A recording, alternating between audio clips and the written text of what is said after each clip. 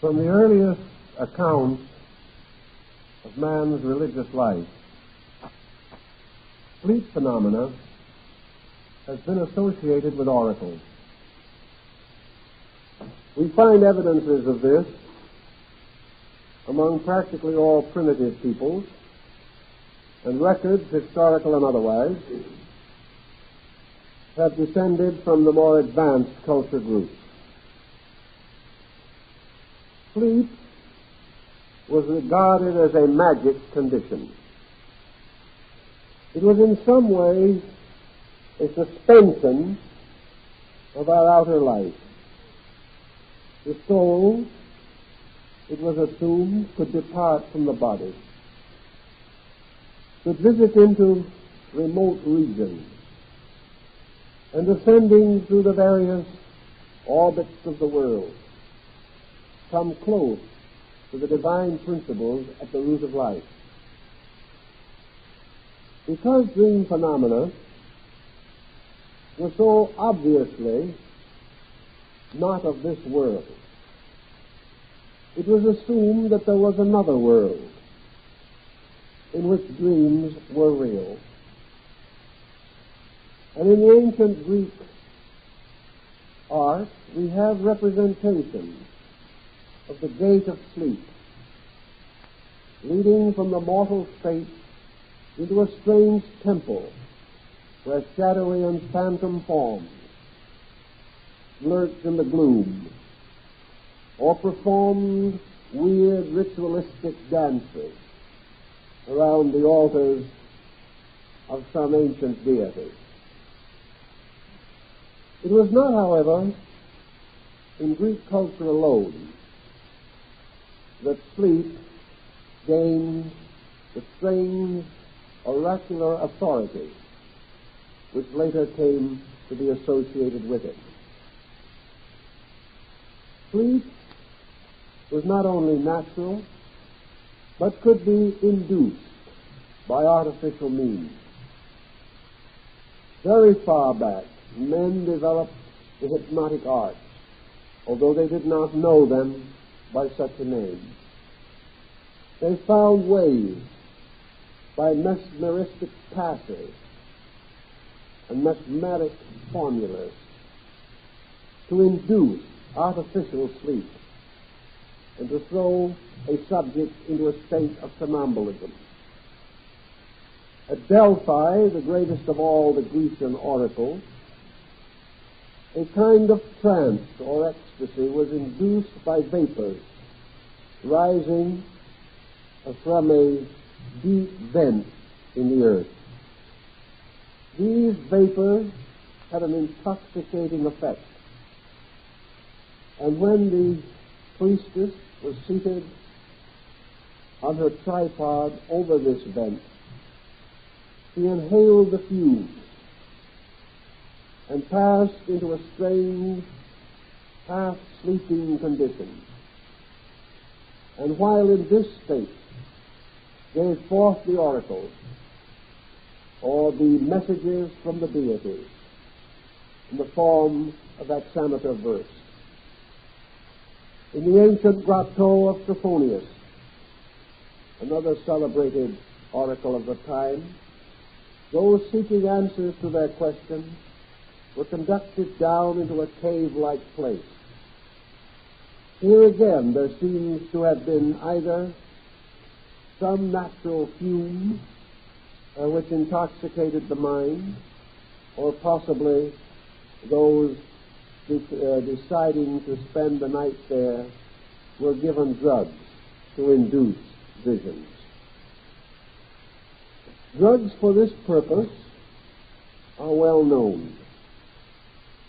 Perhaps the most exciting example being the use of hashish by the sect of the Assassins in Iraq. Here a very powerful drug brought with it extraordinary ocular hallucinations, causing those who took it to believe that they had been transported into the paradise promised by Muhammad in the Koran. Drugs were used by the Druids, and various incenses are frequently referred to. And in one early work we know that some of the heretical Christian sects of the first few centuries were accused of drugging the communion cup in order to produce ecstasies and trances, during which religious experiences were recorded. In addition to this phase, the sleep phenomena could be affected by fasting and by the general weakening of the body, also by the use of certain foods or exercises or disciplines, producing a curious kind of fatigue. The American Indian induced a form of hypnotic trance by moving an eagle feather back and forth before the eyes of the subject. These trances could also be induced by music, by dance, by various ecstatic forms of ritualism, some of which have descended to us in the excitement and ecstasy of the Holy Rollers and other peculiar groups of Adventists. Thus we see that from an early time men sought to induce artificial sleep, or in one way or another to destroy the normal equilibrium of man's objective awareness, casting him into some kind of glamour, either through drugging or through fatiguing the senses. Because in these states he was held to have a peculiar proximity to spiritual mysteries. The motive was quite sincere. It was the only way, however, that these people believed that it was possible to open this door between the worlds and to find some means of retiring into the mystery of the divine root of things, or that other world which was closed to us by the ordinary orientation of our sensory perception. There is a very interesting Japanese fable of two young people in love who attempted to what they called in those days elope into the other world. It was a very curious thought, and of course it ended in suicide. But these lovers were trying to break through again this barrier which divided a condition of being from another condition of being. It was early assumed that the dream world was closely identified with the world of the dead. A man asleep appeared to be dead, but was not really so. Death was a long sleep. Sleep was a little death. St. Paul points this out when he says, I die daily. This mystery of sleep and the breaking through seems to have affected our psychology and our general attitude toward life, and have descended subtly to us in a number of our beliefs and superstitions and legends. Now, what does this tell us that may be of immediate importance? The oracular procedures of the Greeks could not have succeeded had the oracles of the Pythian Apollo at Delphi not been, for the most part, true. It is, of course, certain, and this is the out for the modern skeptic, that these oracles were often ambiguous. difficult of interpretation, obscure until the event actually transpired. But Cicero, gathering a record of these reports, came to the conclusion that the majority of them were wise beyond the wisdom of the world, that there was something about them that transcended the judgment of conscious man.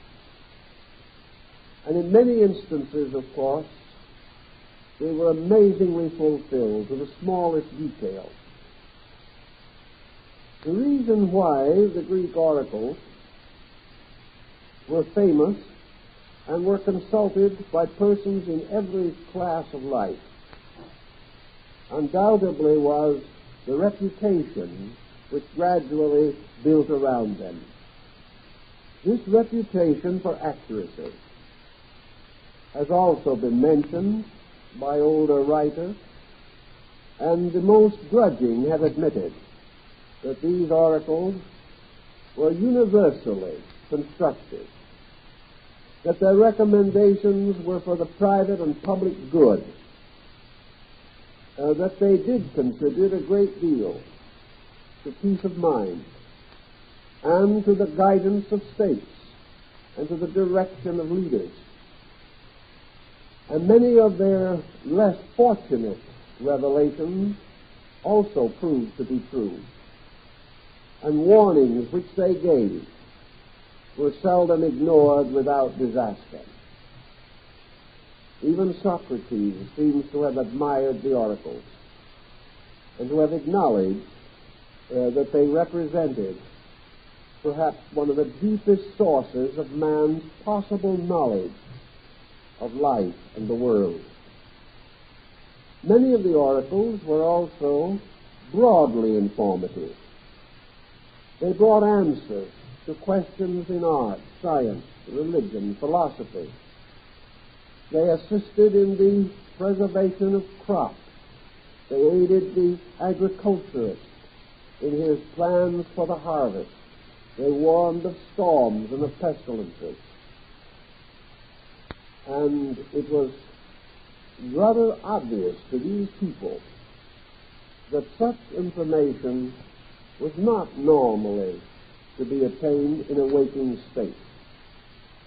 Now, the priestesses of Delphi, while selected with the greatest care, were mostly young women, although some reached elder years with great dignity and distinction.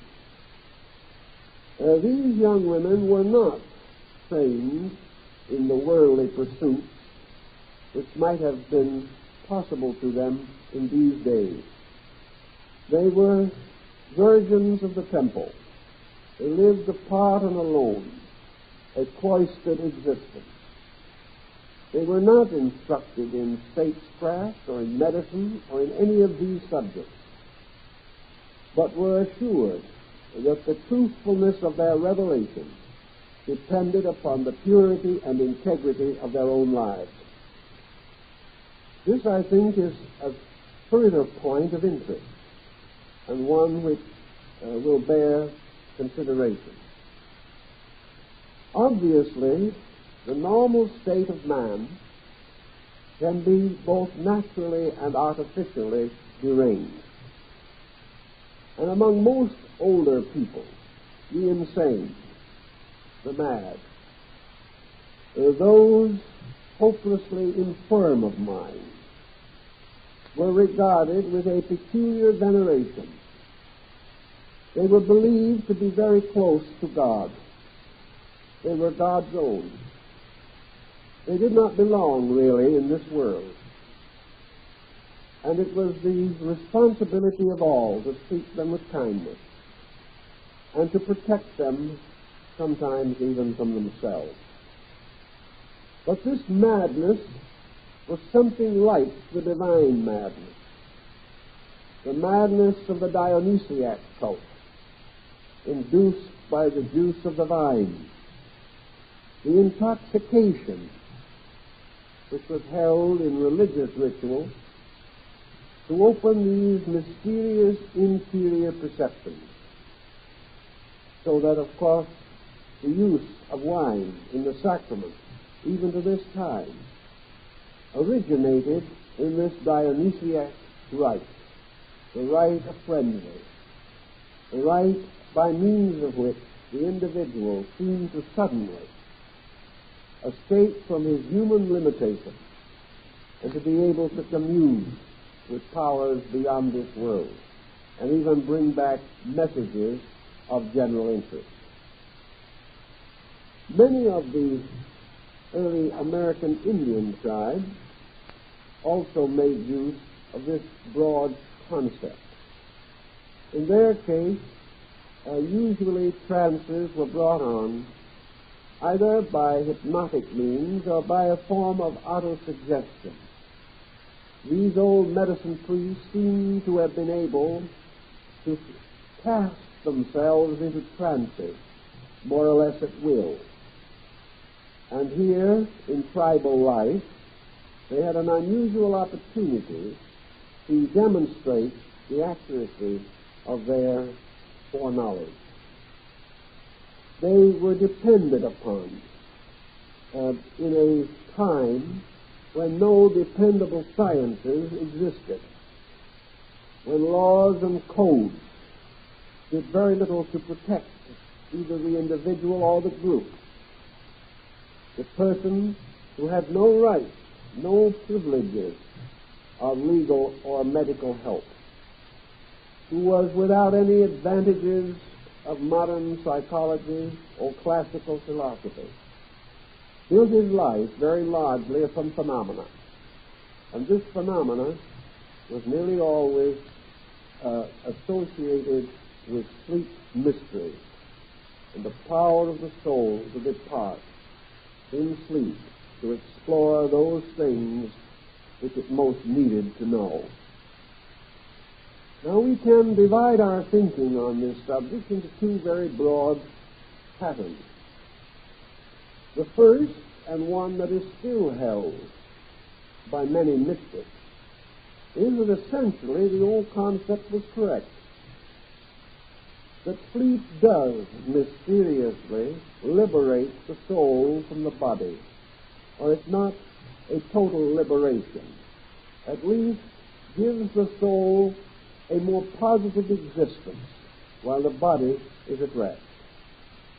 East Indian metaphysics intimates this same concept, that the soul can temporarily leave the body and can have adventures and experiences which may later be brought through into remembrance, or partly so, although some elements may evade us or elude us as we return to the waking state. The other broad school affirms that the phenomena of the dream can be rationally explained on a psychological level, that it is not actually that the soul leaves the body, but that the psychic nature comes into a new relationship to the personality during sleep. That in sleep condition, the objective person is in a state of almost complete suspension of animation. In sleep, the outer world loses its power to impress and influence us. In sleep, we appear to be temporarily free from the burden of even our own opinions. In sleep, a quietude descends upon the mind and the emotions, and they are at rest. This quietude makes possible a man's sensing of deeper phases of his own life. This quietude permits certain currents to seemingly reverse themselves, so that instead of man receiving his principal stimulation from the outside, he suddenly becomes passive and experiences life moving from within himself, that an inner world imposes itself upon the outer, whereas in the waking state, this imposition from within is made comparatively impossible by the activities of the objective faculties. This is, of course, an essential concept of mysticism, and sleep becomes a kind of stillness, a natural form of mystical experience. In this stillness, the individual becomes acutely receptive. Now, what does he receive into this receptivity? Theoretically, at least, he can receive impressions from around him which might not normally be recorded. Even in sleep, man has certain kinds of awareness, but these are more subtle, dealing with the more sensitive values than those of the waking state. Parapsychology researchers suggest the possibility that in the sleep state, man may attain a certain clairvoyance, a certain at least clairsentience, a telepathic rapport with other persons. In sleep, he may sense more acutely the thoughts of his neighbors, friends, and associates. He may be more responsive intuitively to the temperaments of those around him. In sleep also, he may receive into himself masses of telepathic fragments from the lives and thoughts and emotions of countless persons. These may or may not have any general meaning, but under some conditions they may also assume prophetic proportions. In this same general area, it becomes quite conceivable that man can attune himself to some kind of record or recording that remains in space around him at all times. We are not sure that space is non-intellectual. We are not sure that the air around us is not a mental atmosphere. We cannot be certain that nature itself does not have its own thinking, and that in a receptive mood we may tune in to these larger thoughts which perhaps we can later interpret in genius and great artistry. There seems to be a tendency also for this receptivity to be conditioned by certain major phases of our interest. We know that if we take certain thoughts to sleep, we may have dream experiences relating to these thoughts. We also recognize the age-old custom of taking problems to sleep, with the concept that in the morning we will awaken with the answer. And many have had this experience. We also know that great artists, great musicians and scientists have generally admitted the importance of sleep phenomena in the advancement of their various abilities. Musicians have heard their melodies in sleep or dreams or trance-like states. Artists have seen the pictures which they would later place upon canvas.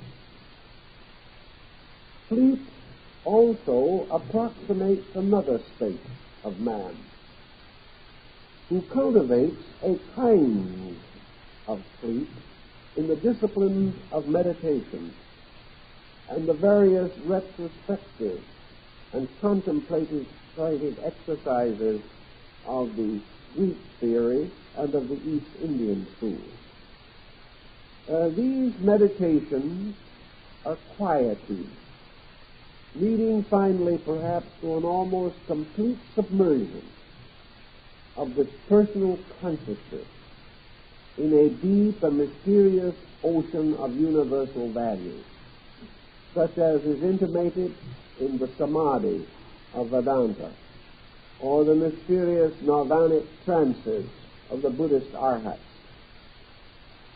Thus, contemplative disciplines bring about again this tendency to detach the mind from the commonplace, from the everyday, and to submerge it more deeply in a tranquility, thus apparently opening the way for a sensitive apperception of things, of energies, of forces, of influences not otherwise immediately noticed.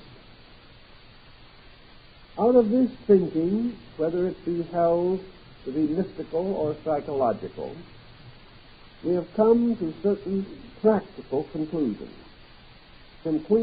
which affect the practice of modern psychology and psychiatry to a marked degree.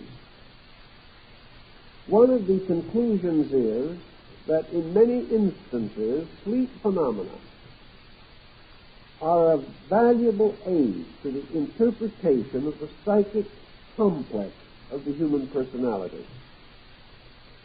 That under certain conditions, dreams are not only keys to characteristics, but do constitute a form of admonition, a warning, or an inclination, a kind of instruction by which nature would seek to assist us in immediate understanding of some peculiarity of our own emotion or thought.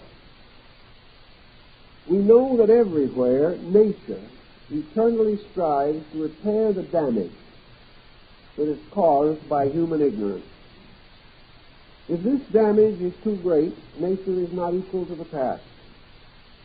But wherever possible, nature sets into action auto-corrective mechanisms to assist us in restoring this equilibrium upon which normalcy and health depend.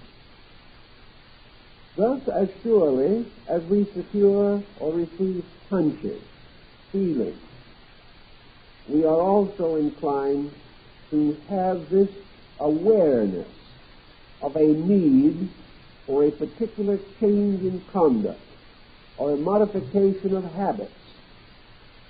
Many interesting experiences relating to this type of nature's helpfulness have been recorded. An individual, even without sleep, will suddenly become acutely aware of some deficiency in his own nature. He will have a flash of insight which forms a corrective pattern to deliver him from some emergency in which he is in danger of becoming involved. There are many instances of foreknowledge in this department, which have caused a person to cancel a trip on a train which was afterwards wrecked, or to not take a certain plane trip when the plane came to disaster. This kind of forewarning or premonition we know because it is testified to by generations of sincere and thoughtful persons.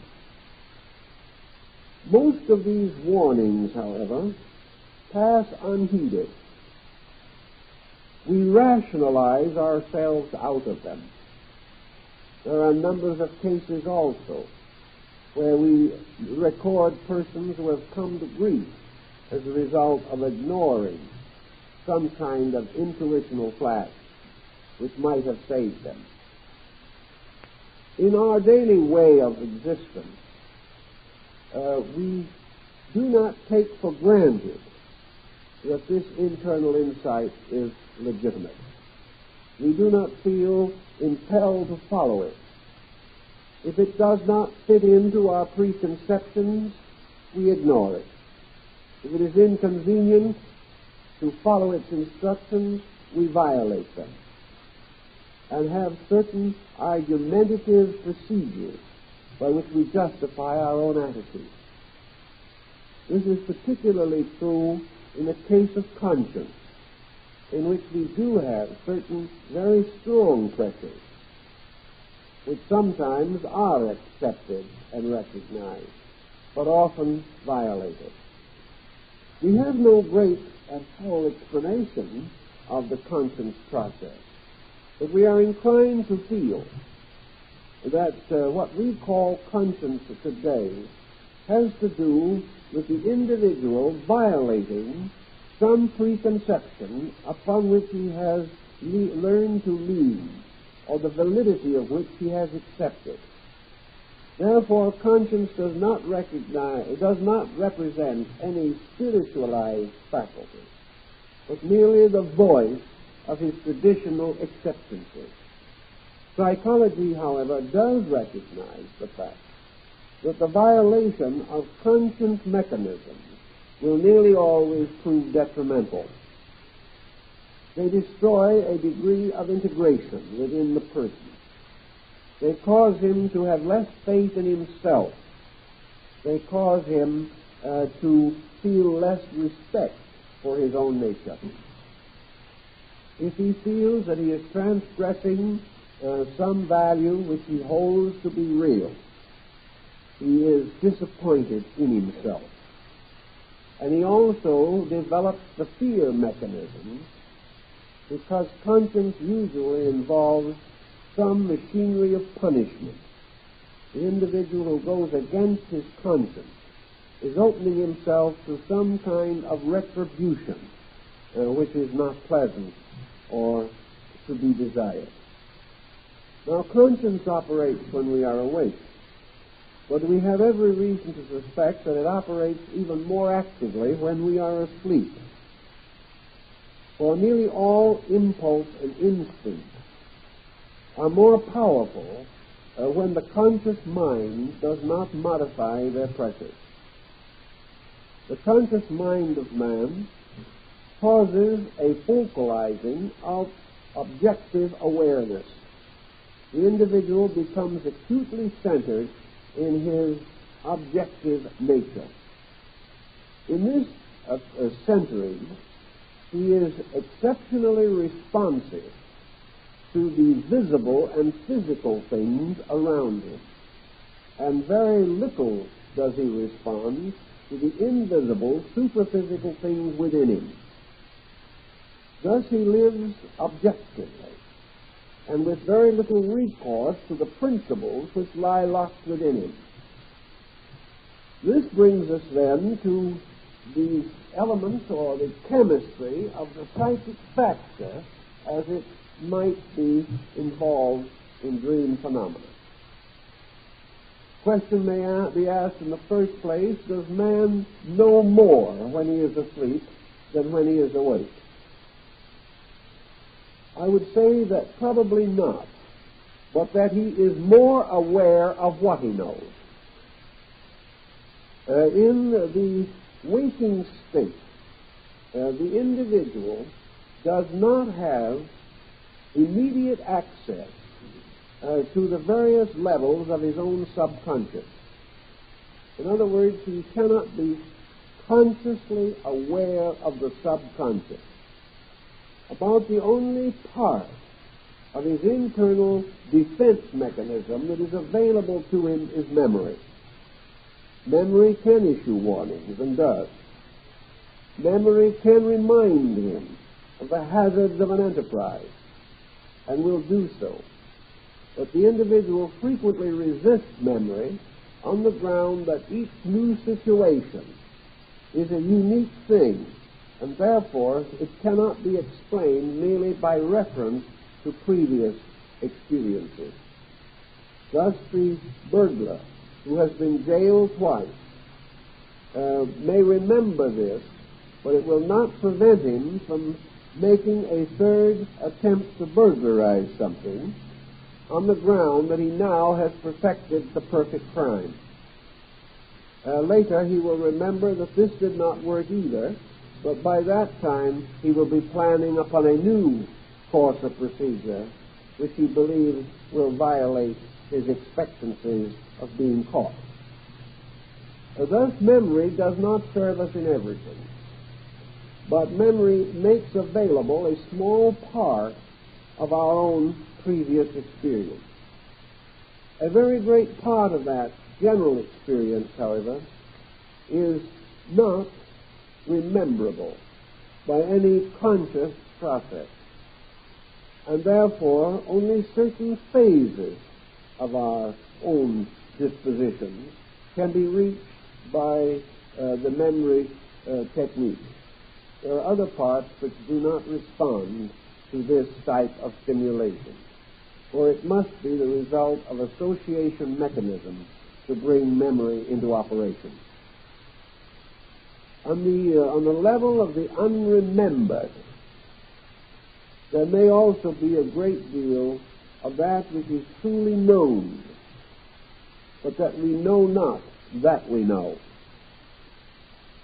This, in turn, causes a series of experiences which occasionally come into our objective understanding. Here again we have inspirational moments. Here we have sudden mystical stretches or spells or instants of insight. Something totally beyond the ordinary. Something that memory alone will not explain by normal procedure is suddenly known to us.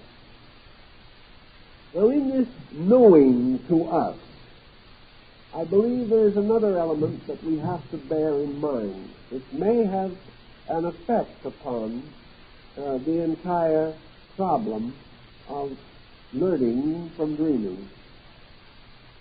Man's inner life is undoubtedly archetypal, and by that I now mean that it represents a pattern. Man's internal organization is built upon law. It is a formula, lawful in itself, and depending for its continuance upon obedience to basic laws of existence. Thus, inside himself, man is a law-abiding creature, even though in his outer personality he may be a lawbreaker. Man mentally, even emotionally, seeks to outwit his own lawfulness. He finds innumerable excuses, and in the course of ages, the external tradition of man has deviated markedly from the internal record or report. The reason for this has been that objectivity, by the intensity of its processes, has come to be regarded as the final reality. And the problems that arise around us have precedence over the pressures that arise within us. If, therefore, as a result of tradition, heredity, indoctrination, and experience, each of these to a measure misunderstood, we arrive at a certain conclusion or a certain attitude, we may develop a total personality which is psychologically unsound. This personality may not be so considered either by the individual or by his associates, because he may live in a world in which this kind of unsoundness is prevalent. Most people being like himself, he considers his own nature to be normal. And in this sense of normalcy, he goes on breaking rules and laws imposed by nature because others break these rules and laws. And so society becomes an order of lawbreakers rather than of law keepers. Such laws as will bring with them immediate physical punishment we are inclined to keep. But laws which affect us primarily on a psychic level, we neither understand nor appreciate, nor do we sense the need to obey them. This means substantially that the inner life of man may not condone his outer conduct, be entirely sympathetic with it, or recognize it as a best way of action. To meet this situation, man builds more and more rational defenses. He tries to convince himself. He psychologizes himself, or permits himself to fall under the hypnosis of prevalent attitudes. Now, hypnosis produces a susceptibility to suggestion.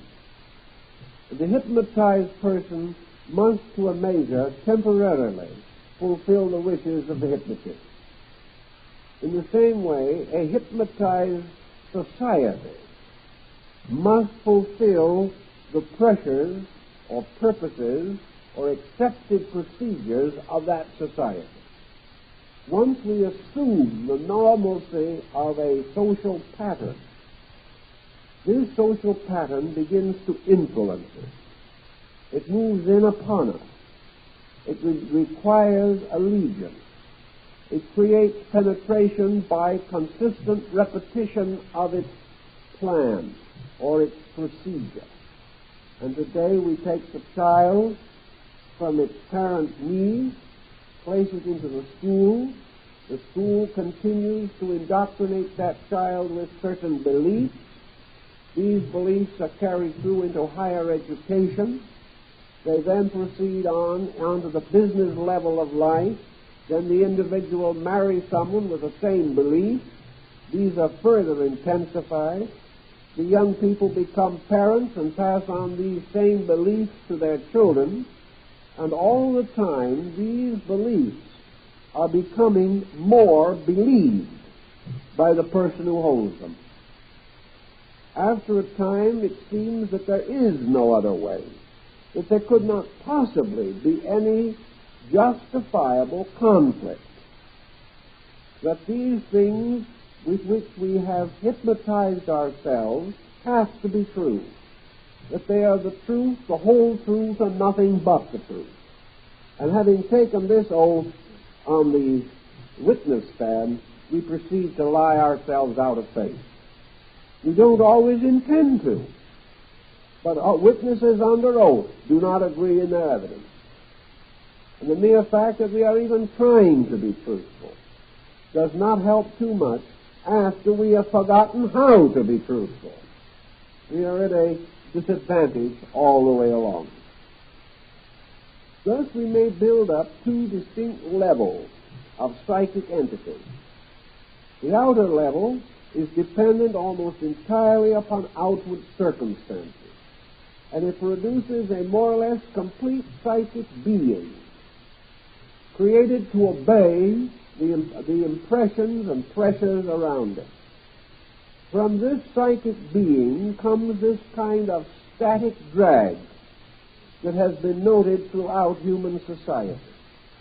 It causes the traditionalist. It causes the person who resists change, the dogmatist and the exclusionist. It causes the reactionary and impels persons in various walks of life to lock their own ways away from other people. It leads to legislations to protect entrenchment rather than progress. And all through this procedure, everyone is doing what he believes to be right, but he does not know what right actually means. Now, you can go along like this, making a very choice, cultivated group of mistakes. He can go on breaking one natural law after another. And if his infringements are not too massive, he is very likely to drift through the years with only those general discomforts and inconveniences which he can blame on someone else. But actually, he is not living well. He is not being true to the rules of his own existence. He is betraying something inside of him while he is trying to protect the surface of his own consciousness. This situation frequently leads to the building up of pressure. The variations of the personality from the inner integration of life may become more pronounced. Attitudes that are detrimental may take over. The individual may find himself inundated in his fears and worries. He may find his natural optimism ebbing away. He may discover that his health is vanishing by degrees, and that he has not much longer to go before the general error of his ways will result in the disintegration of his mortal compound. This situation can and often does result in a desperate effort or a meaningful effort on the part of the archetypal consciousness to reassert itself over the life of this individual. I think we are safe in saying that while man, by himself in a forest, could not necessarily learn to read and write, that in this state of isolation, had he the proper faculties, he could gain a very profound knowledge of many values. He could become intelligent without becoming intellectual. In the same thinking, the individual living in the confusion of times and confusion of situations can become intellectual without being intelligent.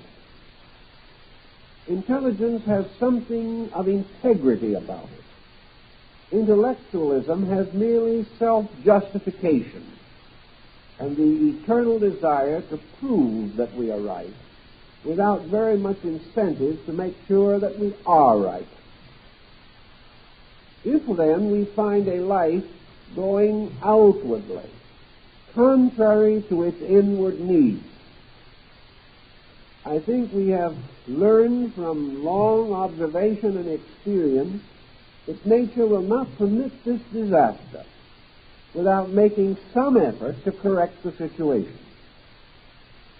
If there seems to be no way in which the person can receive the necessary instruction as a result of his own ability to interpret values, this instruction is pressed upon him from within himself in some symbolic form, in some way which it is hoped or believed he can understand or accept.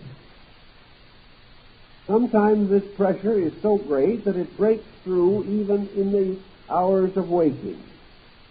But as the hours of sleep are nearly always available and represent a minimum of resistance on the part of this badly oriented personality, it is most common for these important recommendations to be impressed upon us in the form of dream symbols. The subconscious of man is not a structure that is capable of molding forms with its own hand. It has no voice as we understand voice. It does not speak as we understand speech. It cannot impress itself directly upon us because of its own nature, which is essentially formless. We have no actual ability to behold the face of integration. We do not know what it looks like. But we do recognize that it can be communicated or in one way or another made somewhat evident to us by means of symbols. Actually, we have no ability to understand any abstraction unless this abstraction is closed, is put into a likeness or guise which is comprehensible. It is impossible for us to draw a picture of virtue. The only way we can understand it is by means of examples, and examples are a form of symbolism. We use the example to indicate the principle. And in education today, the example method is still one of the dominant ways of imparting new ideas. Even a formula remains comparatively meaningless until an example is provided. So in our dream or thought process, any important message must be conveyed to us by means of material supplied by our own psyche. Now, the psyche, which it is important to reach with this impression, is the objective one. And the symbolism of objective man is derived from the objective world in which he lives. He derives his symbols from things or relationships or conduct patterns. And by these patterns, he seeks to communicate virtues of one kind or another. In the days of the early church, when most persons were illiterate and only the clergy could read the Bible, religious instruction was imparted by means of pictures. The walls of the churches and chapels and cathedrals were ornamented with scenes from the life of Christ. These were explained by the priest or the deacon and became, therefore, pictures of quality. These pictures were enlarged to include the parables and the principal admonitions of Jesus, and were further complicated or enlarged by the production of miracle plays on the porches or the broad squares before cathedrals. Here, dramatically, the lives of saints, the various moral virtues, the victory of good over evil, the story of the prodigal son, or the tale of the Good Samaritan, were enacted in order that the people might thus become aware through a simple symbol of the natures and substances of invisible virtues which could not be directly traced of themselves. Thus, when some kind of abstract impulse is communicated from the archetypal psyche to the objective mind, there must be an adequate way of communication. Now, if we would assume that this subjective is a kind of ancient teacher, is the instructor, is the sage or the saint or the savior, the prophet, the priest, the philosophic physician, we can perhaps estimate what our reaction would be if some such a person should suddenly enter into our physical way of life. Supposing some very wise person made himself available to the needs of a very foolish man. The chances are the entire procedure would be utterly non-productive. The wise man would not be accepted by the foolish man. His wisdom would be regarded as old fogyish advice.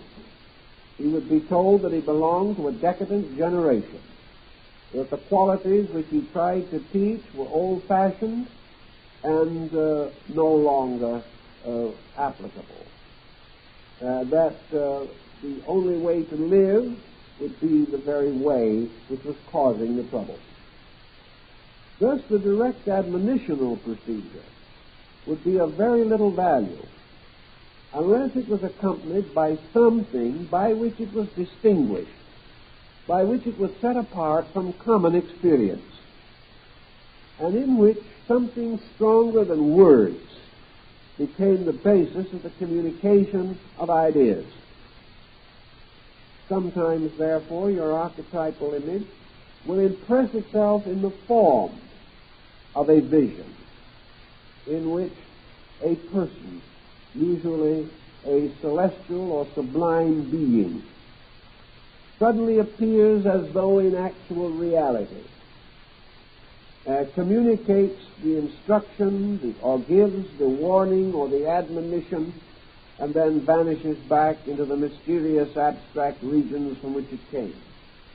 The impact of such an experience, visual and audible, upon the lower personality is much more profound by the very mystery with which it is involved. Such a visitation, so-called, could not be taken lightly. And the course of history has frequently been changed by visions of this kind. Yet the admonition given in the vision was not something entirely unknown to the person who received it. It was an admonition subconsciously known, internally recognized to be true, but ignored or willfully forgotten by the ambitious person who did not wish to be limited by the dictates of his own conscience.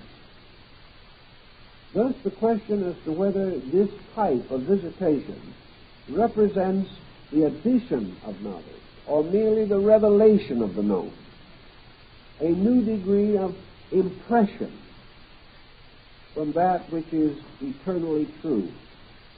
This is a situation of psychological significance.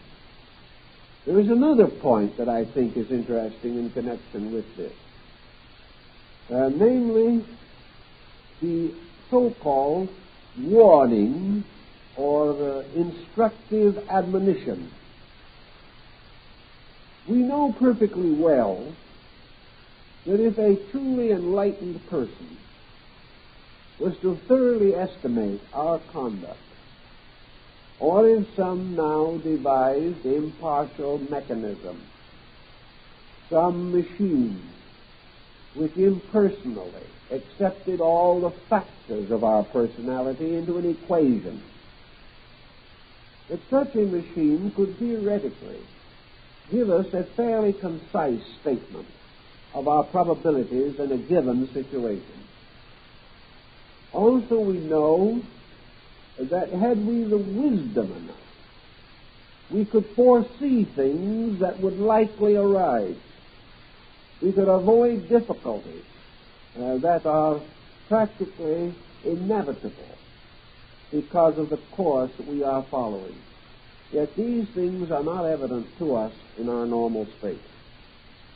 Thus, the admonitional or instructive vision or dream does not necessarily mean that a foreign or outside entity is instructing it. It can well mean that a deeper and better part of ourselves is providing us with a larger measure of insight into the probabilities of our own conduct than would be objectively possible.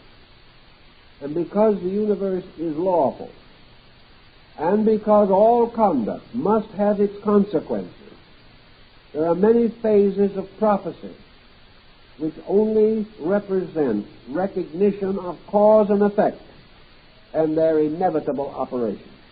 New vitality, a new power with which to cope with illusion, or with which to achieve victory over error, which otherwise appears to be closing in upon him. The usual problem, then, is to recognize the dream as a symbolical group of symptoms which have to do with some phase of character or temperament. These symptoms most frequently express themselves as the result of a critical alignment of problem factors.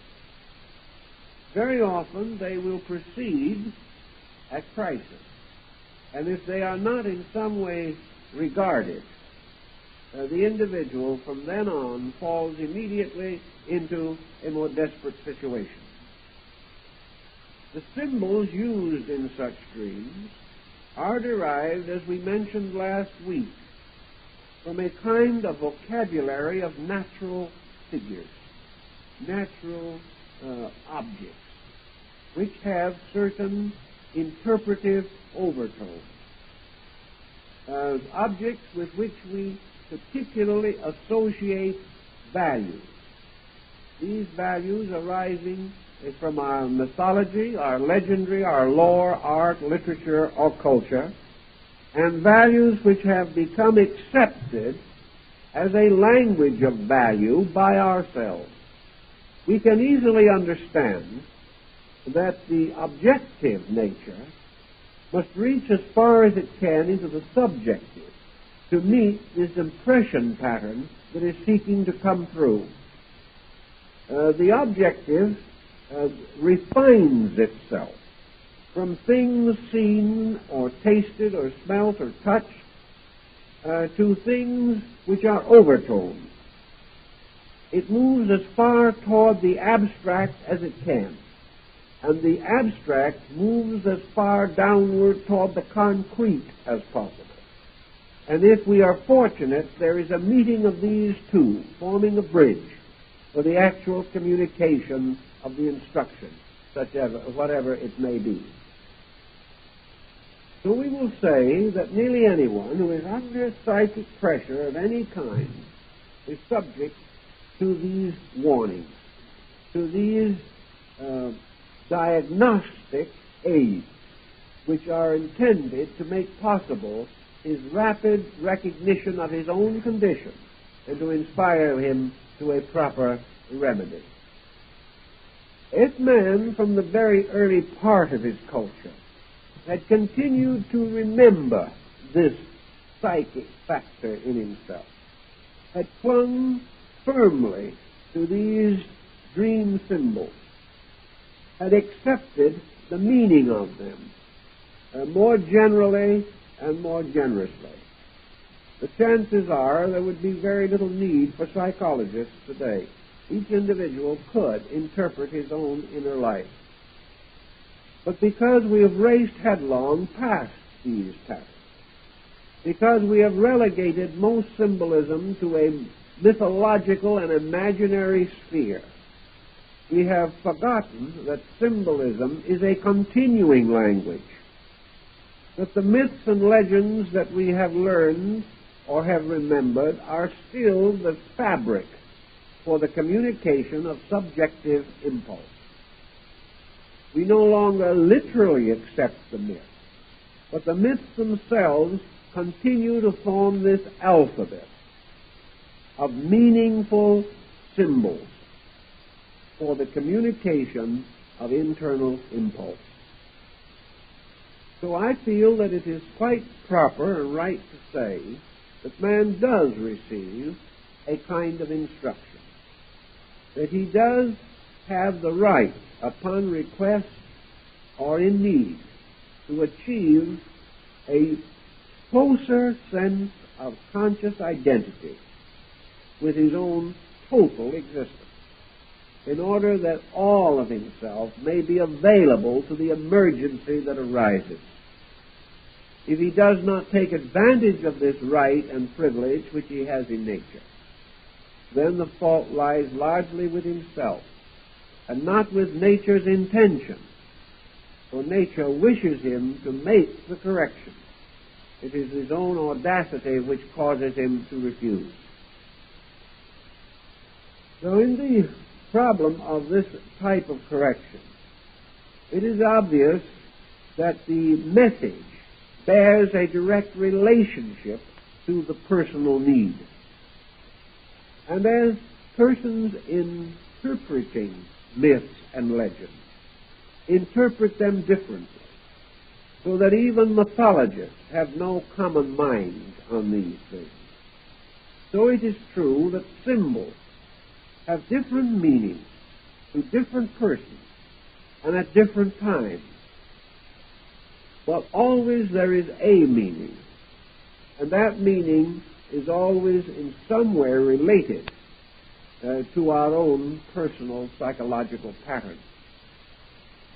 So, taking this thinking, we know that in philosophy, for example, there has always been the recommendation that the individual in the presence of a serious decision should pause and reflect.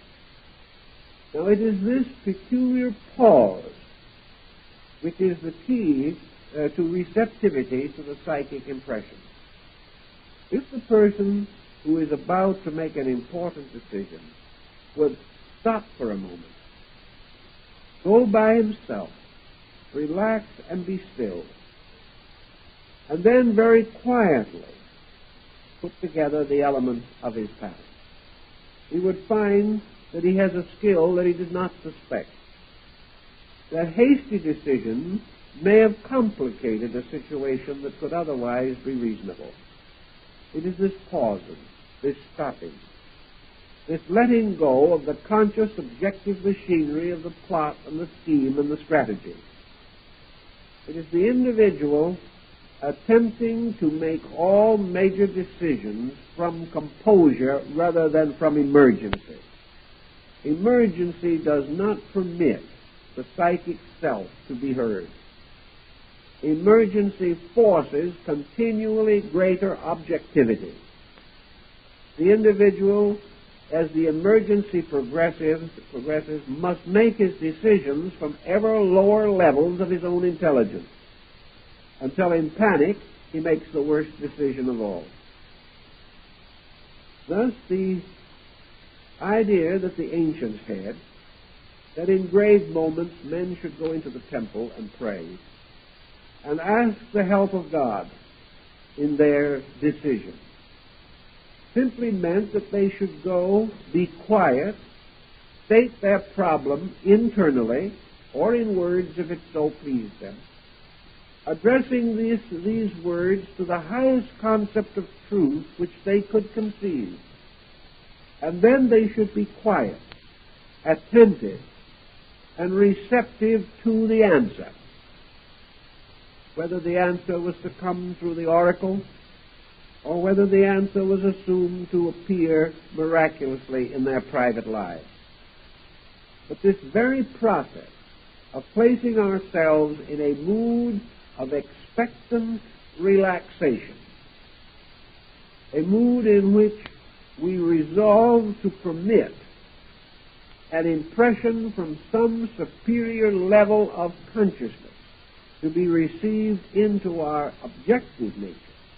This pause, this moment of quietude, opened the door in many instances, allowing the subjective to tell us its larger decision, or to reveal to us more clearly the elaborate complexity of the undertaking with which we were concerned.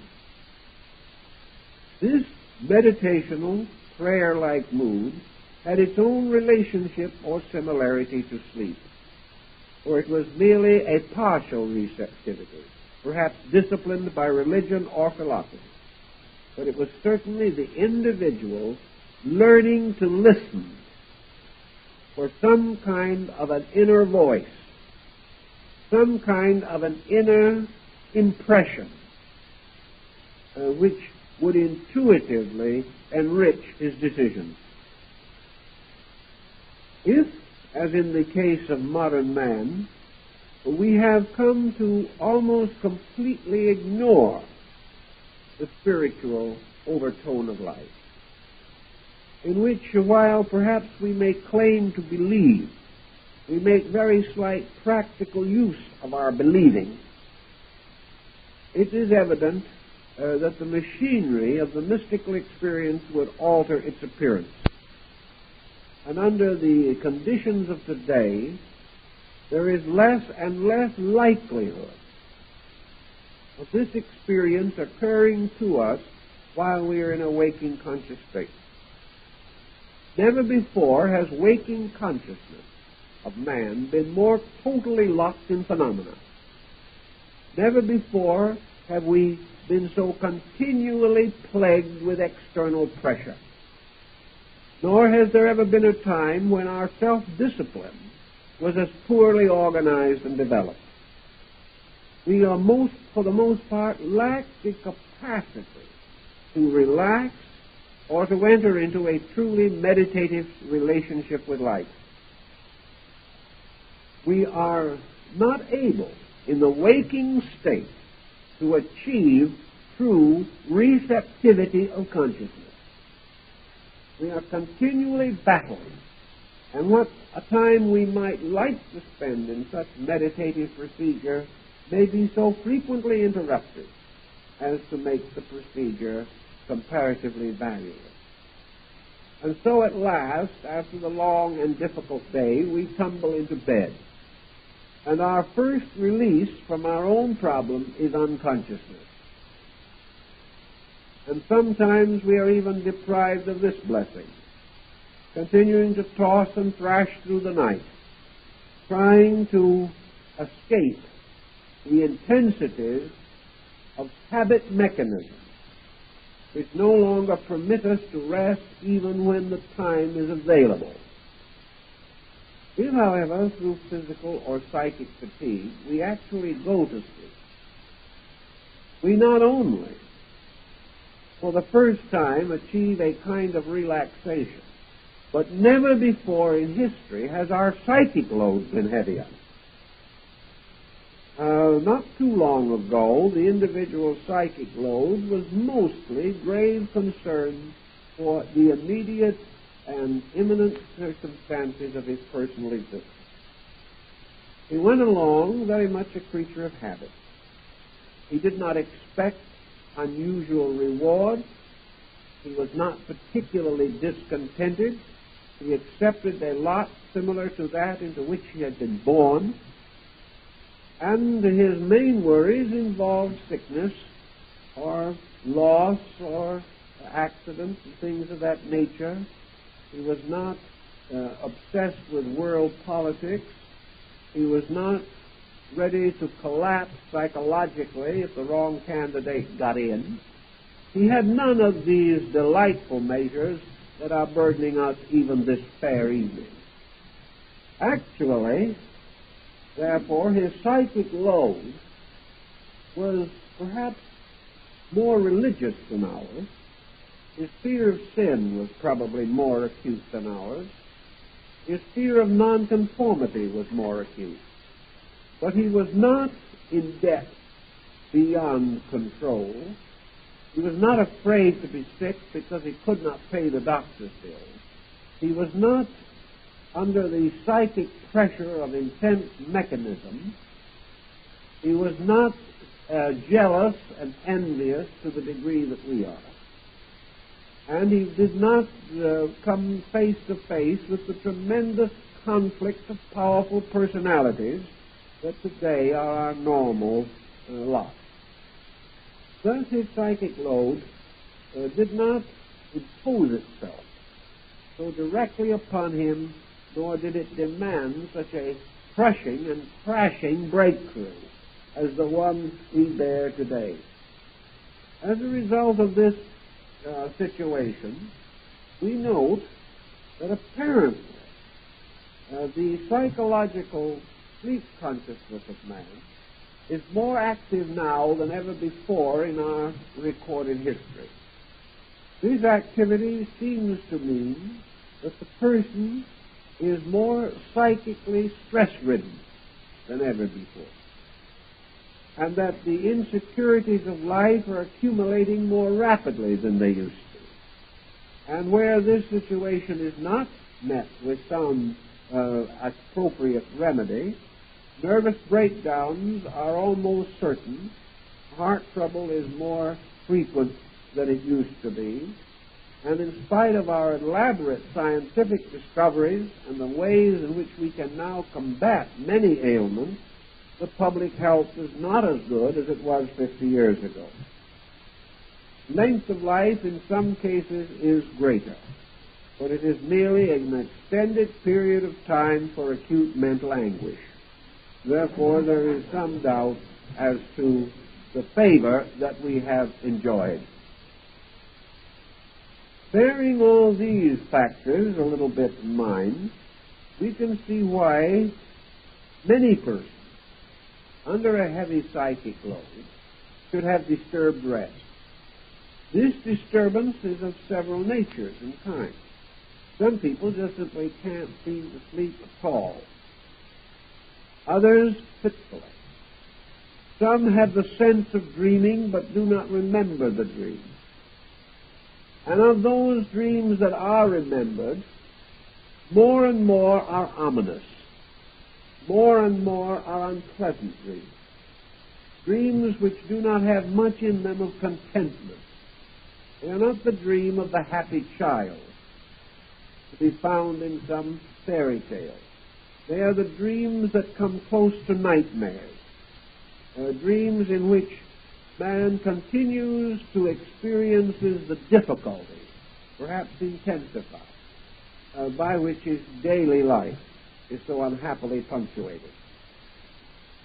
This also means that dreaming is sometimes a kind of safety valve. The individual, more or less symbolically, continues the lines of thought with which he was previously concerned. Interpretation of such dreams from a standpoint of instruction is simply to point out that the individual is under too continuous attention, that he is not able to disentangle himself sufficiently from his own physical and mental preoccupation to relax even when he has the chance. Someone has said, what would be the best proof that there is no psychic stress in the individual? Well, there is no real way in which you can dogmatically answer such a question, but it seems to me that one of the proofs that the individual's pressures are not too great for him is that he can lie awake without sleeping, but resting and in bed for 8 hours without a negative thought. If he can rest and his natural thoughts are pleasant, if perhaps he is inclined to indulge in certain fantasy that is charming, gentle, non-destructive, or if he can carry lightly through the hours some pleasant prospect which he hopes to advance, and without straining the mind, maintains a subtle positivity in which his thinking is advancing some good cause or advancing the solution of his own problem without pressure or tension. If he can do this, the chances are his nervous system is under control. If also in these situations he finds that he awakens reasonably refreshed from sleep, when he does sleep, when his dreams are few, or when at least he has no memory of them, it may also probably be that his pressures are not too great. We wonder sometimes if a certain type of sleep fatigue does not really testify to unremembered sleep activity. In other words, we may not have any remembrance of a dream, but if we wake up in a morning without sleep having refreshed us, and we get out of bed as tired as when we went to bed, and there are no physical symptoms or no physical evidence to support the theory that we are suffering from a physical ailment of any kind, then it is quite possible that this lassitude is due to an intense sleep phenomena which was not remembered. Because if the various faculties do not rest adequately, then we do not have the sense of refreshment which should naturally follow rest. So if in the morning you wake up with the feeling that you have just finished a 9-round fight, without having any memory of the fight, but the full measure of exhaustion and a certain degree of psychic scarring, it is quite possible that there has been very little rest due to psychic pressure. Some persons do not naturally seem to dream as easily as others. And in many instances, apparently, the dream mechanism does not immediately function. This is the reason why, under certain types of analytical thought and treatment, a person who has not dreamed will begin to do so. And having begun to stir the subconscious by analysis or by investigation, it suddenly becomes increasingly active and apparently aware that it will now be regarded, begins to produce phenomena. In dreaming, generally speaking, dreams divide into several different types. And our own ability to recognize the nature of the dream appears to be innate. And even in the presence of some dream or sleep experiences, we have the awareness that we are asleep. In other cases, this awareness is lacking. The most important and vital dreams that come to the individual do not come in the period of greatest sleep or sleep maximum. Thus, dreams are not as likely to arise in the first 4 hours of sleep as they are toward morning or toward the time of wakening. A psychic dream maxima seems to be established an hour or two before the normal waking time. And as dreams frequently cause the individual to awaken, it seems as though man passes through a period in sleep which is highly significant. The intensity or soundness of sleep gradually decreases. Normally the person sleeps the most completely and heavily immediately after going to sleep. Gradually, over a period of hours, the sleep intensity diminishes, so that under normal conditions, the awakening is more gradual than the process of going to sleep.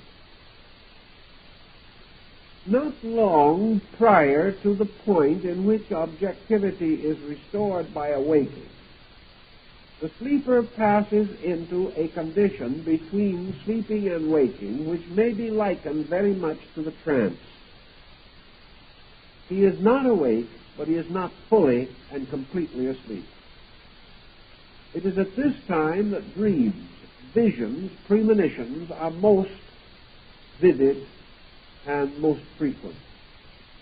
In these times, the individual frequently has a sense of being awake, though still asleep, and experiences a combination of pressures. He is partly aware objectively, therefore is able to contribute to the acceptance of the dream itself. He is partly subjective, and his condition may be likened to a deep meditation or to a period of intensive concentration or contemplative discipline. I would assume from what we are able to learn nowadays that your prodromic dream, or your dream which has to do with the condition of the individual in some stressful situation, must usually break through at this time. Therefore, the important dream comes not in the soundness of sleep, but in the bridging of the sleep-waking state. Because after all, the pressureful dream seeks to be remembered. There is the desire that it should be recorded. Nature wants us to know that dream when we wake up.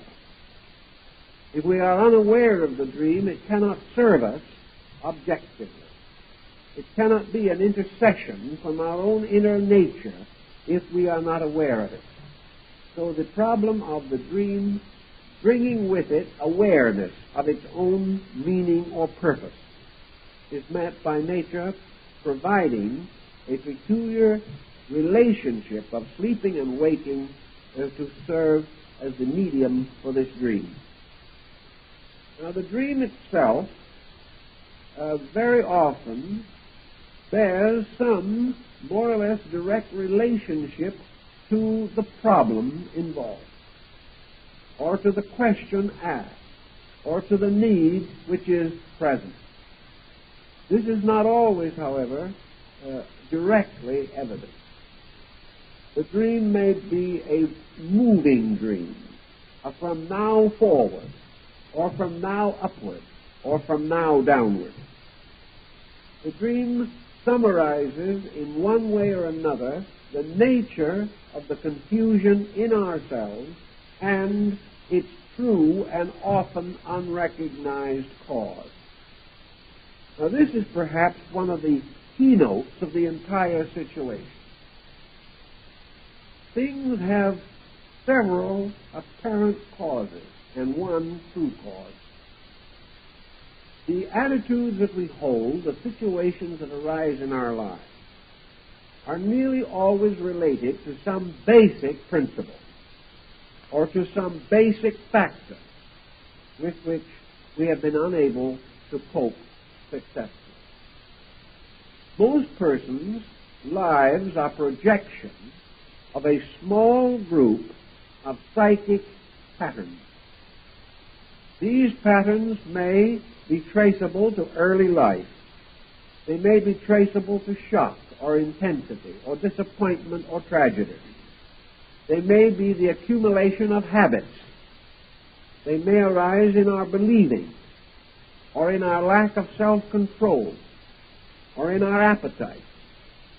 But there will nearly always be a few basic pressures which have become submerged and which are now known to us only by a series of scattered and sometimes apparently unrelated circumstances.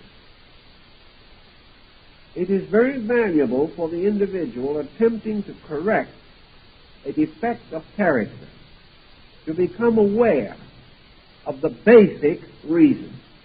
One of the most common examples of this type of thing is multiple marriage.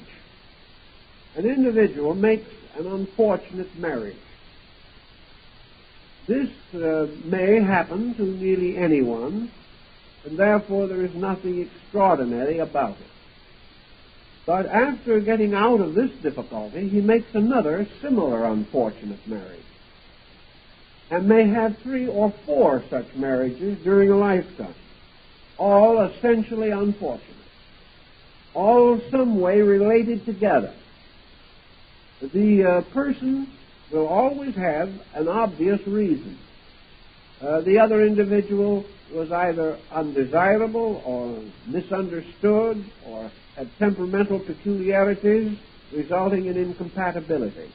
But where a pattern continues over a series of similar instances, there is almost always a psychic cause somewhere in the consciousness of the individual himself, or certain business procedures which cause a person to be in difficulties most of the time. Not long ago I received a letter from a man who has had a series of business difficulties. He says he tries very hard, he builds a good business, things apparently go very well, and then at the critical moment, he suddenly loses complete interest in his work. It is work which he likes to do, or thought he did. It is work in which he is reasonably successful. But all of a sudden, the job isn't interesting anymore. About this time, of course, a competitor takes over. Someone else moves into the position, and the person's own indifference causes him to lose his area of financial security. This has happened a dozen times. It has resulted in a broken home. It has added continuously and constantly to the difficulties of this person, who has become radically disturbed and who has even reached the point of contemplating suicide. There seems to be no way out of this recurrent difficulty. Now, things of this nature cannot be considered merely as separate things. Where you have any basic temperamental intensity which is causing trouble. There may be a number of excuses, but there has to be a reason. There has to be a true cause. The chronic worrier, the individual by nature critical, the born autocrat, or the person lacking adequate ambitional motive, the person without stability, or the individual utterly and impossibly stubborn. These characteristics rise from something, and as long as they remain uncorrected, the characteristics will result in difficulty. The general thought used to be that if you have a bad disposition, get over it. Now, this is still, to a measure, good advice, but it has its limitations. If the cause of the trouble is more general and deeper than the dispositional peculiarity, and we merely inhibit the peculiarity by imposing will upon it, we will simply cause the major difficulty to break out elsewhere. Thus, the individual who fought desperately to overcome a bad temper finally was able to control the temper, but he became an alcoholic in the process. The problem was never solved. The value of your dream as an instruction factor is that it is frequently possible by means of dream analysis to penetrate into this area of essential cause. We find it possible to reach symbolically into the thing itself, that which is properly and eternally to blame, the thing that is real. For example, a very timid man who had never had very much success in making up his mind, whose intellectual achievements were rather good, but whose economic status was always hazarded by lack of personality drive. He simply could not advance his own cause. He suffered from a terrible inferiority complex. And this led him to underestimate and undervalue himself, and to be a considerable disappointment to those around him who had very little success in trying to transform him into a more positive and integrated person. He did not dream a great deal, in fact, very seldom. But under a process of analysis, he had a very interesting dream. And this dream was nothing more nor less than the dream of Jack and the Beanstalk. Now, for him, this might seem to be little more help than his previous unawareness of the situation. But the story of Jack and the Beanstalk has considerable psychological integration. And as the dream proceeded, this Jack, seeing himself in the dream, found in the fact that he had to conceal himself in the house of the ogre, who came in rumbling and grumbling and shouting, and terrified the dreamer almost out of his wits. This phase of the dream continued to be prominent until it became obvious that somewhere in the life of this individual, the ogre factor tied into his timidity. Somewhere there was an ogre. Somewhere there was a giant. Now, what was the final, more or less, clearing circumstance? It might be quite easy to say that this ogre could be a person, that this ogre might have been an overstern or dominating parent, or a cruel guardian. This ogre might also represent some basic fear by which the individual tormented himself. The ogre could be a form of guilt mechanism in which the person could not dare to proceed because of something in his background of which he was frightened or ashamed. This ogre could be a moral element in his life, which had never been sublimated or had never been clarified. But in this particular instance, the ogre represented a rather neutral thing in comparison to the intensity of the pattern. This person was an adopted person. And before adoption, he had remained for several years in a public institution. The public institution was the ogre. This public institution carried with it certain factors. First of all, as far as he was able to learn, he was illegitimate. He had been left in this institution, deserted by his parents. The institution itself had not been especially cruel to him. He had only been one of many unfortunate children who had to be cared for, but about whose inner life very little was thought. Finally, adoption brought a certain fulfillment of a better way of life, but the institution and the circumstances became this gigantic shadow. This shadow of a forlornness in the beginning of life. This shadow of the world first experienced as a strangely heartless thing. Not cruel, but simply without heart. And combined to that, the fact that society had gradually revealed to him the fact that he himself was probably nameless, had been deserted and unwanted.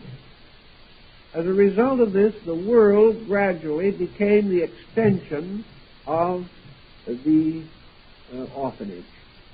And everything in the world that happened to him became an extension of this cruel message that had reached him in early life, and that stamped him with a peculiar mark of being a para or an outcast.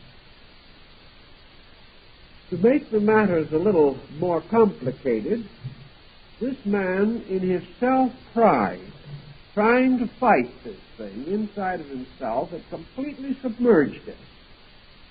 He had told no one. It was only after analysis began that he even admitted that he had ever been in an orphanage. And it was only after a long period of work with a counselor that he finally, almost tearfully, revealed his illegitimacy. These factors all combined together with the sensitivity of his own nature to produce this ogre kind of dream. Somewhere he had read the story. Somehow he knew it.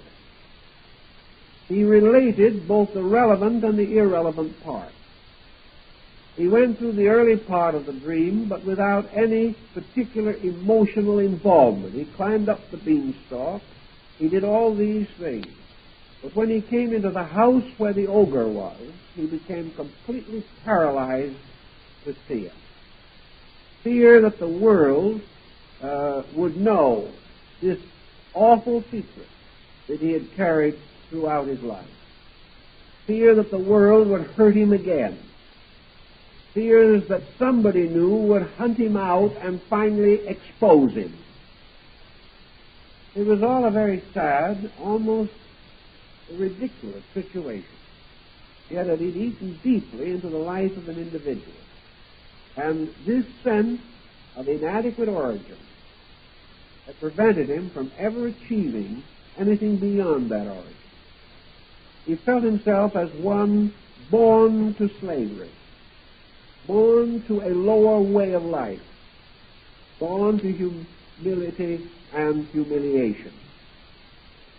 After a considerable degree of counseling, the ogre dream finally was overcome. And it was overcome not in the way that it might be expected, that the ogre disappeared, or that little Jack was able to get down the beanstalk and cut it down, as in the original story, so that the ogre and everything perished together.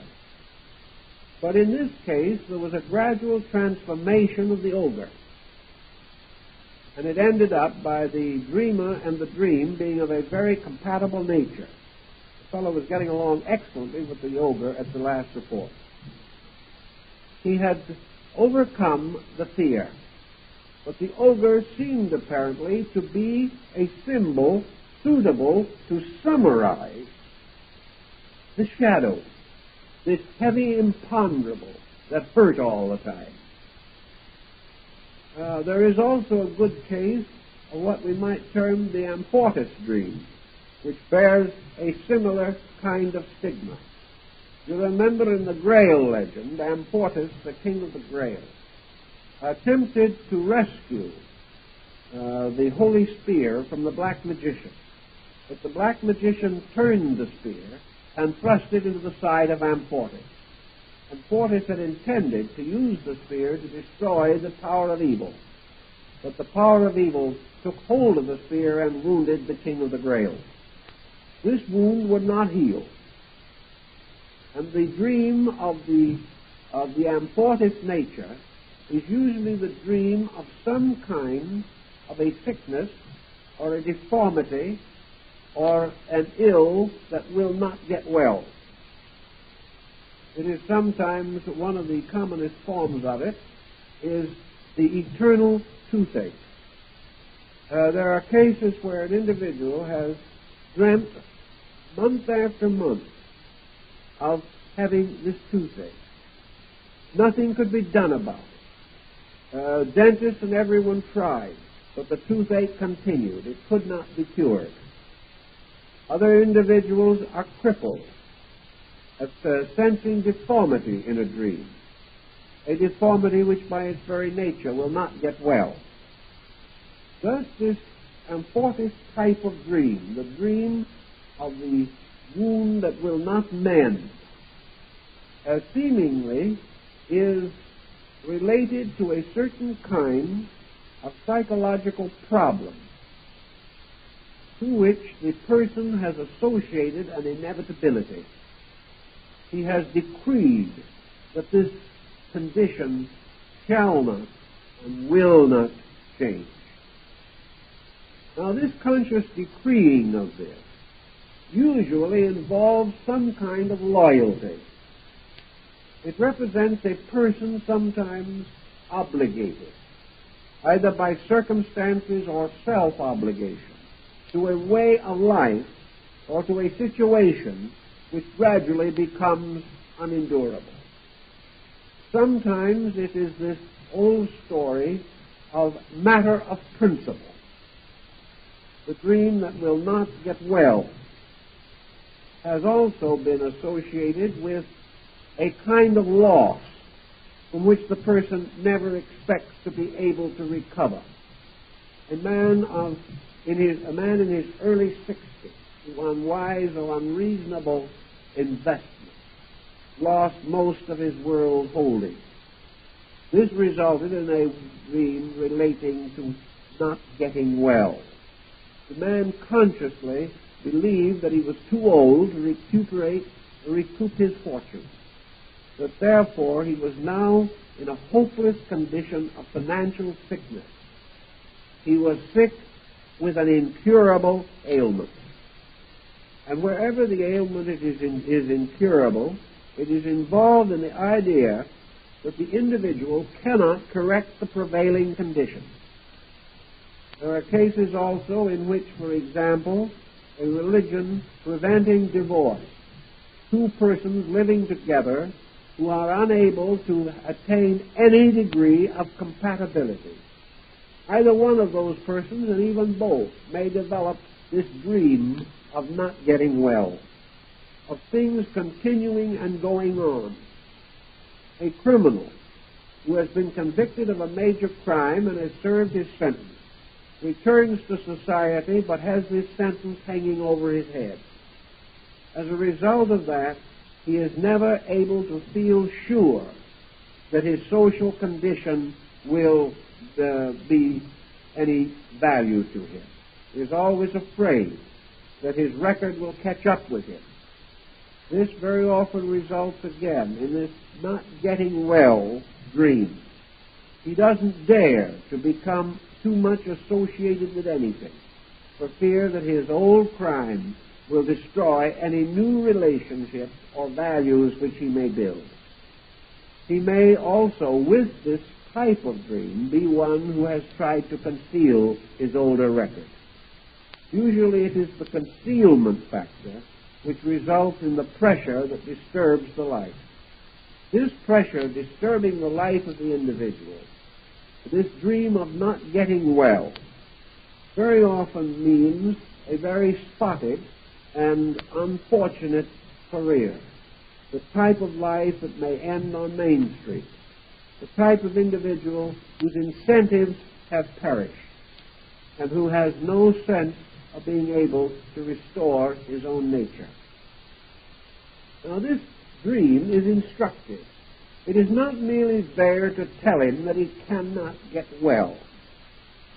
It is there to point out to him that his condition is due to this factor, is due to this pattern. Sometimes, the moment the dream is presented and analyzed, the whole mystery is solved. The subject immediately realizes that this is his dilemma. It is then necessary to point out that his condition is not due to the fact that he cannot get well, but the fact that he has no libido in this area, that psychologically he has drained off his resources and has no energy with which to energize any activity. The energy is all flowing away from him in the blood of his wound. If he can gain a different relationship to the incident, if he can awaken to the full fact that he is not actually the victim of the circumstances with which he has separately explained each of his failures. The first time the job wasn't much good. The second time the boss was impossible. The third time he had to work with people who made life difficult for him. Another time he lost his job due to the ulterior motive of another employee, and so on and on, until the pressure of explanation obscured the original fact that he really lost all of these things simply because he had resolved inside of himself to let go of life. Life was punishing him psychologically. Therefore, it was his duty to punish life. And one of the ways in which we punish life is to destroy ourselves, because in each of us, our own life is symbolic of life in general. So the wound can be healed the moment the person realizes that it originates in a complex or originates in a pattern which has gradually become a reality, not in itself but through its symptoms. And just as a dream gives one group of symbols for the interpretation of the situation, so the circumstances through which the person passed form another group of symbols bearing upon the original cause. Once this cause is recognized, once the individual comes face to face with it, he can begin to work with it. And he discovers the degree in which he has succeeded by the gradual transformation of the dream content itself. Finally, if he is successful in what he is doing, whatever the adversary is becomes a friend. Whatever the difficulty is, healed. And in some mysterious way, the wound is cured, even though there was no expectation that it could be. An individual hobbling along as a psychological cripple under a very peculiar fixation, experienced a dream in which he was miraculously healed when the fixation itself was broken. Now, he was sufficient of a rationalist that he could not accept in his own mind the mere fact that suddenly, as a cripple, he could walk again. Therefore, to rationalize this in his own mind, he devised a dream miracle by which he was able to make his healing reasonable by drawing upon the miracle content of world legendary and tradition. He found, however, a way to symbolically present the remedy which had come to him. Thus, whenever we discover the psychological content of a dream and its meaning, the dream itself must be observed, and under therapy the dream generally continues. And as this dream comes under the influence of therapy, it gradually changes its own content.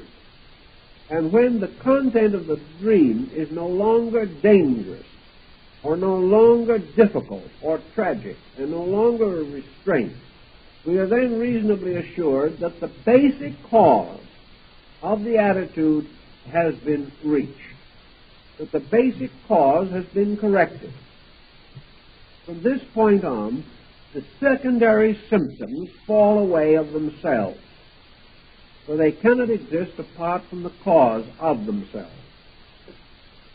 Thus the dream reveals the cause and also helps us to discover the degree of remedy which we have achieved.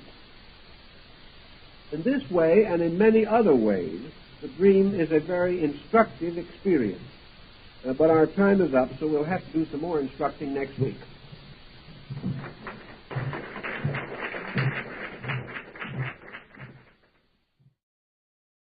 The sleep phenomena could be affected by fasting and by the general weakening of the body, also by the use of certain foods or exercises or disciplines, producing a curious kind of fatigue. The American Indian induced a form of hypnotic trance by moving an eagle feather back and forth before the eyes of the subject. These trances could also be induced by music, by dance, by various ecstatic forms of ritualism, some of which have descended to us in the excitement and ecstasy of the holy rollers and other peculiar groups of Adventists. Thus we see that from an early time men sought to induce artificial sleep, or in one way or another to destroy the normal equilibrium of man's objective awareness, casting him into some kind of glamour, either through drugging or through fatiguing the senses. Because in these states he was held to have a peculiar proximity to spiritual mysteries. The motive was quite sincere. It was the only way, however, that these people believed that it was possible to open this door between the worlds and to find some means of retiring into the mystery of the divine root of things, or that other world which was closed to us by the ordinary orientation of our sensory perception. There is a very interesting Japanese fable of two young people in love who attempted to what they called in those days elope into the other world. It was a very curious thought, and of course it ended in suicide. But these lovers were trying to break through again this barrier which divided a condition of being from another condition of being. It was early assumed that the dream world was closely identified with the world of the dead. A man asleep appeared to be dead, but was not really so. Death was a long sleep. Sleep was a little death. St. Paul points this out when he says, I die daily. This mystery of sleep and the breaking through seems to have affected our psychology and our general attitude toward life, and have descended subtly to us in a number of our beliefs and superstitions and legends. Now, what does this tell us that may be of immediate importance? The oracular procedures of the Greeks could not have succeeded had the oracles of the Pythian Apollo at Delphi not been, for the most part, true. It is, of course, certain, and this is the out for the modern skeptic, that these oracles were often ambiguous, difficult of interpretation, obscure until the event actually transpired. But Cicero, gathering a record of these reports, came to the conclusion that the majority of them were wise beyond the wisdom of the world, that there was something about them that transcended the judgment of conscious man. And in many instances, of course, they were amazingly fulfilled to the smallest detail. The reason why the Greek oracles were famous and were consulted by persons in every class of life undoubtedly was the reputation which gradually built around them. This reputation for accuracy has also been mentioned by older writers, and the most grudging have admitted that these oracles were universally constructive, that their recommendations were for the private and public good, that they did contribute a great deal to peace of mind and to the guidance of states and to the direction of leaders. And many of their less fortunate revelations also proved to be true. And warnings which they gave were seldom ignored without disaster. Even Socrates seems to have admired the oracles and to have acknowledged that they represented perhaps one of the deepest sources of man's possible knowledge of life and the world. Many of the oracles were also broadly informative. They brought answers to questions in art, science, religion, philosophy. They assisted in the preservation of crops. They aided the agriculturist in his plans for the harvest. They warned of storms and of pestilences. And it was rather obvious to these people that such information was not normally to be attained in a waking state. Now, the priestesses of Delphi, while selected with the greatest care, were mostly young women, although some reached elder years with great dignity and distinction. These young women were not trained in the worldly pursuits which might have been possible to them in these days. They were virgins of the temple, They lived apart and alone, a cloistered existence. They were not instructed in statecraft or in medicine or in any of these subjects, but were assured that the truthfulness of their revelation depended upon the purity and integrity of their own lives.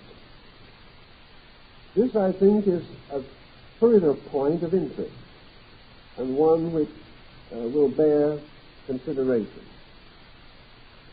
Obviously, the normal state of man can be both naturally and artificially deranged. And among most older people, the insane, the mad, those hopelessly infirm of mind were regarded with a peculiar veneration. They were believed to be very close to God. They were God's own. They did not believe and to throw a subject into a state of somnambulism. At Delphi, the greatest of all the Grecian oracles, a kind of trance or ecstasy was induced by vapors rising from a deep vent in the earth. These vapors had an intoxicating effect, and when the priestess was seated on her tripod over this vent, she inhaled the fumes and passed into a strange, half-sleeping condition. And while in this state, gave forth the oracles, or the messages from the deities, in the form of hexameter verse. In the ancient grotto of Trophonius, another celebrated oracle of the time, those seeking answers to their questions were conducted down into a cave-like place. Here again there seems to have been either some natural fume which intoxicated the mind, or possibly those deciding to spend the night there were given drugs to induce visions. Drugs for this purpose are well known. Perhaps the most exciting example being the use of hashish by the sect of the Assassins in Iraq. Here a very powerful drug brought with it extraordinary ocular hallucinations, causing those who took it to believe that they had been transported into the paradise promised by Muhammad in the Koran. Drugs were used by the Druids,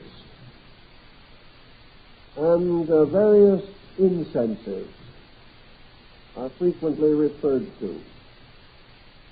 And in one early work we know that some of the heretical Christian sects of the first few centuries were accused of drugging the communion cup in order to produce ecstasies and trances, during which religious experiences were recorded. In addition to this phase,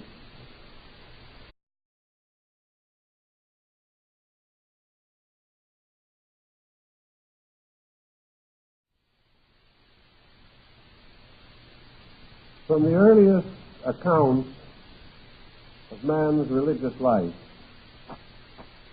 sleep phenomena has been associated with oracles.